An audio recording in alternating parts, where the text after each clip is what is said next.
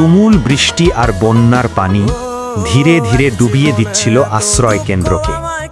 নিচতলা সম্পূর্ণ পানির নিচে, মানুষ আটকা নাক অব্দি পানিতে, মৃত্যুর সাথে লড়াই করছে।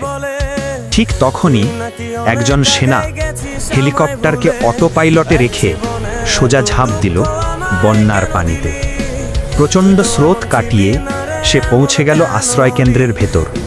পানির নিচে এক লাথিতে ভেঙে দিল দরজা।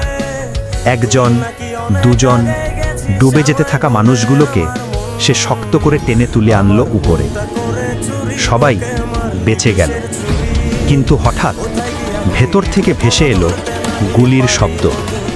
বন্যার সুযোগে একদল ডাকাত অসহায় মানুষের গহনা ছিনিয়ে নিচ্ছে। সেনা সবাইকে বলল, আমার পিছে আসো। অন্ধকার করিডোর, জল ভরা পথ, সামনেই দাঁড়ানো ডাকাত।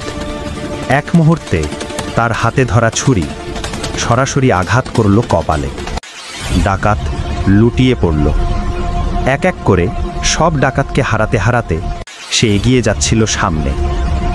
হঠাৎ এলো পাথারি গুলি।